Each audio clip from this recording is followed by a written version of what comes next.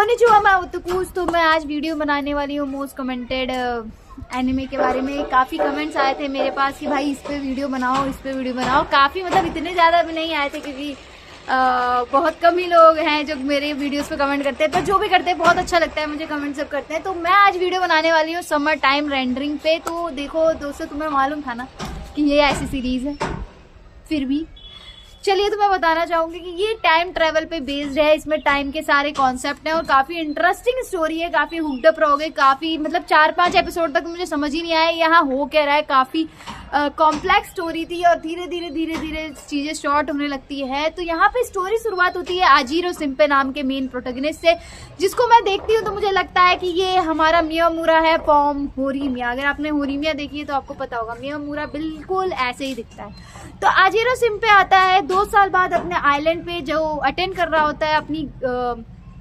Lover ओशियो के funeral को। तो यहाँ दिखाया जाता है वो फ्यूनरल अटेंड करता है। इससे पहले उसको एक सपना आता है जिसमें ओशियो कहती है कि प्रोटेक्ट म्यू। तो म्यू क्या है, उसकी छोटी बहन है जिसको प्रोटेक्ट करने के लिए हमारी ओशियो उसको बताती है। तो यहाँ दिखाया जाता है कि ये जाते हैं वहाँ पे और वहाँ पे इनको एक इंटरेस्टिंग फैक्ट पता चलता है जो कि इनका वन ऑफ द फ्रेंड सोहू बताता है कि जब हमारी ओशियो शियोरी को बचा रही होती है, नदी में कूद जाती है और उस शियोरी को बचाती है, तो उसके अंदर जो है उसके गले पे मार्क लगे हुए हैं जैसे किसी ने उसका गला घोटा।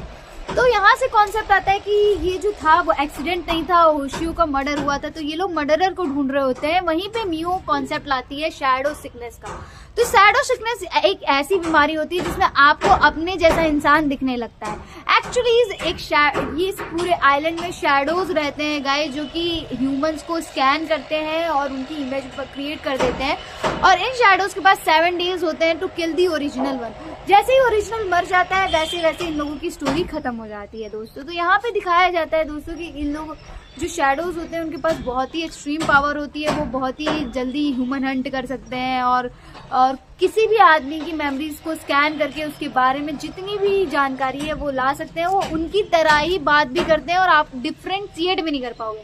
इनका डिफ्रेंशिएशन सिंपल होता है। जो इनकी शैडोज बनती है, अगर आप उन पे पैर रखोगे या फिर कोई चीज गिरती है तो वो उससे हटने लगती है। उनकी शैडोज नॉर्मल इंसान की शैडो मूव नहीं कर सकती है, पर जो शैडोज होती है उनकी शैडोज मूव कर सकती हैं। यही एक डिफरेंशिएशन था। और अगर आप लोगों को इनको मारना है तो आपको उन्हीं शैडोज पे अटैक करना होगा और उतनी ही वाइटल फोर्स से और वाइटल जगह पे पॉइंट करना होगा जिससे कि रियल ह्यूमन की बॉडी खत्म हो जाए। Like if you want to kill a human, आपको उसके हार्ट पे अटैक करना होगा। वैसे ही अगर आपको किसी शैडो को मारना है तो उसकी शैडो पे जो मेजर हार्ट जहाँ पे हो सकता है वहां पे आप अटैक करेंगे तब वो मरेगा। इस तरीके से स्टोरी शुरुआत होती है। स्टोरी की शुरुआत ही में हमारी मियो की शैडो का इंट्रोडक्शन करा दिया जाता है, जो कि मियो को मार देती है, हमारी शिम्पे को भी मार देती है और हिजुरु नाम की कैरेक्टर होती है उसको भी मार देती है। तो यहाँ पे दिखाया जाता है कि यहाँ से हमारे आजीरो सिम्पे की टाइम ट्रेवल की जो एबिलिटी है वो उसके अंदर आ जाती है और वो यूज कर पाता है। सेकेंड लूप में वो चीजों को समझ नहीं पाता है और ऐसे ही फिर थर्ड लूप में जाता है। थर्ड लूप में क्या होता है दोस्तों कि इसे समझ आता है कि वो टाइम ट्रेवल कर रहा है और जब भी वो टाइम ट्रेवल करता है तो धीरे धीरे चीजें शिफ्ट होती जा रही है, लाइक टाइम शिफ्ट होता जा रहा है। तो थर्ड लूप में इसकी मुलाकात होती है ओशियो की शैडो से, जो कि पहले ही मर चुकी है। इसकी जो लवर होती है मर चुकी है, उसकी शैडो से इसका इंट्रोडक्शन होता है, उससे ये बात करता है तो इसे लगता है ईवल होगी, पर नहीं दोस्तों, ओशियो की शैडो बिल्कुल बहुत अच्छी होती है, बहुत अच्छे कैरेक्टर की होती है। तो फिर यहाँ पे दिखाया जाता है कि ये जाता है मियो से, शोहू से सारी बातें होती हैं और यहाँ पे दिखाया जाता है दोस्तों कि कैसे ये लोग इनका फेस्टिवल का सीन हो रहा होता है। तो सबसे पहले तो मैं ये बताना चाहूंगी, ये 3 दिनों का शो होता है, 22, 23, 24। ये 3 दिन में मतलब 22 जुलाई, 23, 24 जुलाई, बस इन 3 दिनों का शो है दोस्तों, जिसके लिए इन्होंने 25 एपिसोड बता दिए हैं। 9 बार हमारा मेन आजीरो सिम्पे मर चुका है। पता नहीं क्यों उसको इतना मरने का शौक होता है, हर बार मरता जाता है। और इंटरेस्टिंग फैक्ट इस एनिमे का ये है दोस्तों कि जो वुमेन्स है भाई वो बहुत ही वाकई बहुत स्ट्रांग है। उनकी फाइट्स बहुत ऊँची हैं, बहुत ही बेहतरीन तरीके से उनका कैरेक्टर दिखाया गया है दोस्तों। और मैं बताना चाहूंगी यहाँ पे जो फर्स्ट टाइम शीदे का इंट्रोडक्शन कराया जाता है, जहाँ पे इनका फेस्टिवल होता है, जहाँ पे ये लोग चीजों को जलाते हैं और यहाँ दिखाया जाता है कि पूरा जो आइलैंड है वहाँ पे शैडोज का हमला हो चुका है। जो शैडो की मदर है हाइने, और हिराकू वो जन्म ले चुकी है, वो सारे लोगों को खाई जा रही है और पावर दिखा रही है और उनका सपोर्ट कर रहा है शीदे नाम का विलेन।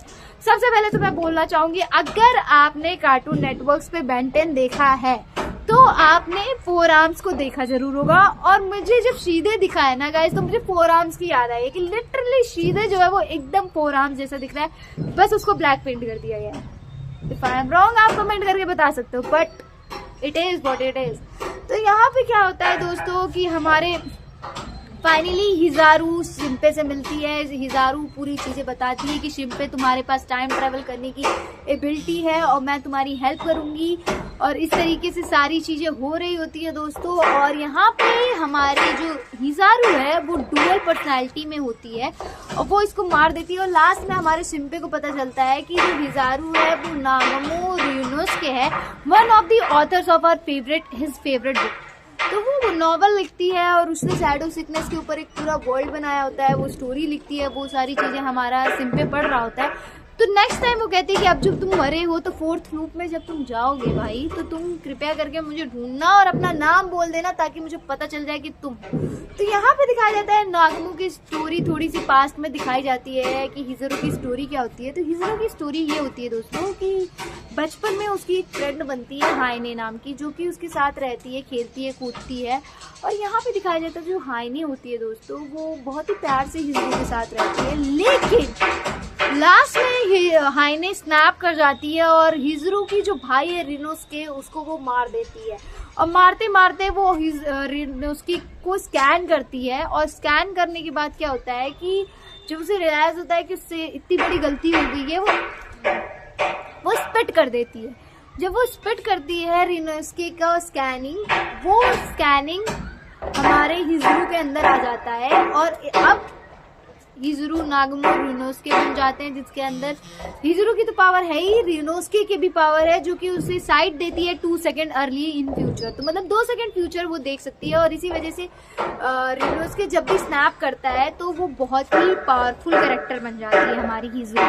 तो यहाँ पे दोस्तों दिखाया जाता है जो हमारा आजिरो सेंपे है, नेक्स्ट टाइम जब नागामो से मिलता है तो ये लोग प्लान करते हैं शियोरी को मारने की, और ये लोग ऑलमोस्ट शियोरी को मार देते हैं। और नेक्स्ट ये लोग जाते हैं बेस पे जहाँ पे सारे शैडोज रहते हैं और शैडोज की माँ भी रहती है। वहां पे पता चलता है कि जो शोहू है उसकी जो बहन है दोस्तों, उसकी बहन जो है उसे ये सारी चीजें पहले से पता थी और ये बहुत सालों से चली आ रही है। और शोहू की फैमिली 300 ईयर से हाइना को पाल रही है, पोस रही है और उसको खाना खिला रही है। जितने भी लोग मर्डर हुए हैं इस पूरे सीरीज में, चाहे वो शिम्पे के माँ बाप हों या फिर ओशियो, उन सबकी बॉडीज को दिया जाता है हमारे हाइने को खाने के लिए और उसे प्रोटेक्ट कर रहा होता है शीदे। यहाँ हाइने का नेचर बताया जाता है कि हाइने चाहती थी, जो हिराकू है हमारी, हिराकू हाइने सेम लोग हैं, तो वो बोलती है कि उसका सपना था कि वो अपने वर्ल्ड में जा सके और अपने दोस्तों के साथ रह सके, अपनी फैमिली के साथ रह सके, जो कि वो कर नहीं पाती है। तो यहाँ पे होता है दोस्तों फाइट्स होते हैं, दोबारा फाइट्स होती है,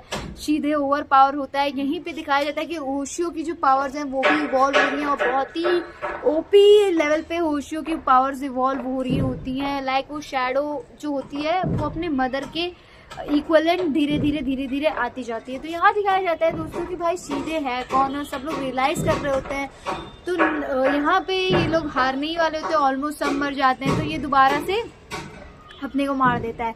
तो यहाँ से 5th लूप स्टार्ट होता है। 5th लूप में ये लोग जाते हैं, पहले तो इतने पापा को पकड़ता है शोहू, फिर उनको पकड़ के सारी बातें निकलवाता है, फिर उनको सारी चीजें बताता है। यहीं पे हमारी ओशियो के पास पावर आ जाती है टू मैनिपुलेट शैडोज। उस शैडोज का कंट्रोल जो उसकी मदर के हाथ से पे था उससे अलग करती जाती है और उन लोगों को एक नई तरीके से इवॉल्व करती जाती है। तो यहाँ पे भाई जो ओशियो है वो तो भाई इवॉल्व हो ही रही है। यहीं पे शिम्पे को पता लगता है कि शीदे कौन है, तो आखिरी में पता चलता है शीदे इनके प्रीस्ट है काकरी, जो कि 300 ईयर से जी रहे हैं और लोगों को पता ही नहीं चल रहा है कि वो इतना यंग कैसे है। Like for 300 he have the same face same thing, और यहाँ के लोगों को कोई शक भी नहीं हो रहा है। पता नहीं कैसे नहीं हो रहा है, पता नहीं किस बुद्धि के यहाँ के लोग हैं, मुझे नहीं पता।